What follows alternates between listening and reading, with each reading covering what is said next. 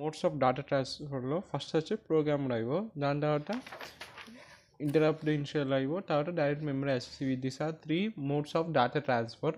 First ఇవన్నీ ఒక్కొక్క వీడియోలో చూద్దాం. ఫస్ట్ ప్రోగ్రామ్డ్ ఐఓ చూస్తే ఇందులో ఏమైందంటే data transfer between CPU to IO అనొచ్చు, లేకపోతే సిపియూ నుంచి మెమరీ. డేటా ట్రాన్స్ఫర్ అనేది జస్ట్ సిపియూ నుంచి ఐఓ డివైసెస్ వరకే కాదు కదా, సిపియూ నుంచి మెమరీ కూడా చేయవచ్చు కదా.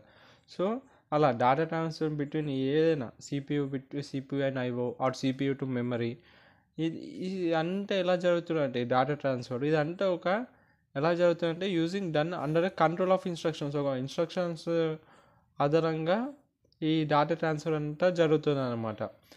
ఒక ఎగ్జాంపుల్ చేస్తే it is due to the result of IO instructions that are return in the computer program.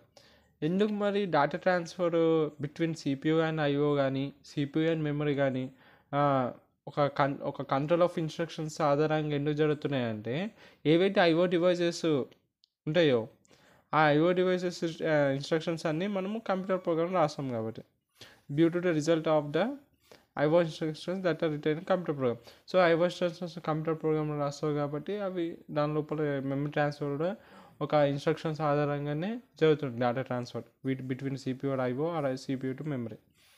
So ఈ కేసులో మనకి ఏం కావాలి, it requires constant monitor by the so instructions అన్నీ రెస్పాన్సిబుల్ అవుతున్నాయి డేటా ట్రాన్స్ఫర్కి. సో ఆ ఇన్స్ట్రక్షన్స్ని మనం కాన్స్టెంట్గా మానిటర్ చేయాలి దేనితోని, సిపియూతోని. సో ఈ కేసులో సిపియూ కాన్స్టెంట్గా ఇన్స్ట్రక్షన్ మానిటర్ చేస్తూ ఉంటుంది. ఇప్పుడు ఎల్ఎస్బి అంటే least significant bit of the register.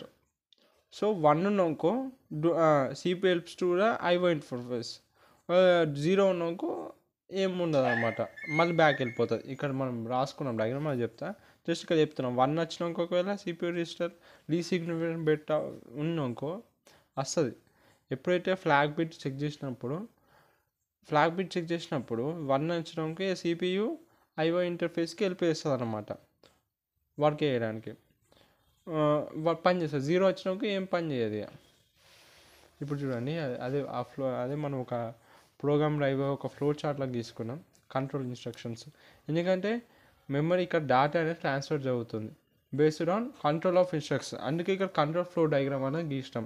ఇక్కడ నోట్ చూడండి, నోట్ లాస్ట్ కదా. ఫస్ట్ ఒక flow of diagram first start చేసినాకనే ఒక register status of register check చేసినాకనే ఫ్లాగ్ బిట్ చెక్ చేసుకుంటుంది. ఆ ఫ్లాగ్ బిట్ 0 ఉన్నాకో ఏం పని చేయదు, పైనకి వెళ్ళిపోతుంది. ఒక ఫ్లాగ్ బిట్ 1 ఉన్నాకో ఇక సిపియూ వెళ్ళిపోయేస్తుంది ఐఓ ఇంటర్ఫేస్కి. తర్వాత ఏం చేస్తుంది, డేటా రిజిస్టర్ రీడ్ చేసి, తర్వాత ఇది మూడు ఉంటాయని చెప్పిన ఐఓ ఇంటర్ఫేస్లో, data status register, control circuits అని. సో దాంట్లో ఉన్న డేటా రిజిస్టర్ని రీడ్ చేస్తుంది. తర్వాత ఇంకేమైనా డేటా రీడ్ చేసినాక నెక్స్ట్ పాయింట్ అనేది ట్రాన్స్ఫర్ చేయాలి. సో డేటా ట్రాన్స్ఫర్ అనేది జరుగుతుంది. తర్వాత ఒకవేళ ఆపరేషన్ కంప్లీట్ అయిపోయినాకనే next continue with the next program. ఒకవేళ ఆపరేషన్ కంప్లీట్ కాకపోతే మళ్ళీ ఫస్ట్కి వెళ్తుంది. ఇదన్నమాట. ఇక్కడ నోట్ చూడండి, it is responsible of the processor responsible దేనికి, to periodical check the status of the IO system until it finds the operation is complete. So ఇదంతా ఎవరు చూసుకుంటున్నారు, ఈ process of control of instructions కరెక్ట్గా జరుగుతున్నాయా లేవా అని ఇదంతా చూసుకుని ఆపరేటింగ్ సిస్టమ్ చూసుకుంటుంది. ప్రాసెసర్ పీరియాడికల్గా చెక్ చేస్తూ ఉంటుంది. అయితే ఐఓ సిస్టమ్ యొక్క స్టేటస్ పీరియాడికల్గా చెక్ చేస్తూ ఉంటుంది. ఎప్పుడైతే ఆపరేషన్ కంప్లీట్ అయిపోతుందో అప్పుడు కొత్త ఆపరేషన్కి వెళ్తుంది. ఆ ఆపరేషన్ కంప్లీట్ అయ్యే వరకు ఏదైతే ప్రాసెసర్ ఉంటుందో పీరియాడికల్గా చెక్ చేస్తూ ఉంటుంది ఏదైతే ఐఓ సిస్టమ్ స్టేటస్ని. ఓకే, అది పాయింట్ అర్థమైందిగా. ఇదే ప్రోగ్రామ్డ్ ఐఓ అంటే. ఇక మిడిల్లో రాసాం చూడండి, ఇక్కడ మన అన్ని ఐఓ ఇంటర్ఫేస్ మిడిల్లో ఉంటుంది. లెఫ్ట్ సైడ్ సిపియూ ఉంటుంది, రైట్ సైడ్ డివైజెస్ ఉంటాయి. ఓకే, ఇలా అన్నమాట. ఇక్కడ చూడండి, లీస్ట్ సిగ్నిఫికెంట్ ఆఫ్ ఎస్ఆర్ 1 ఇక్కడ ఐఓ ఇంటర్ఫేస్లో ఇక్కడ మనం మాట్లాడుకున్నాం కదా,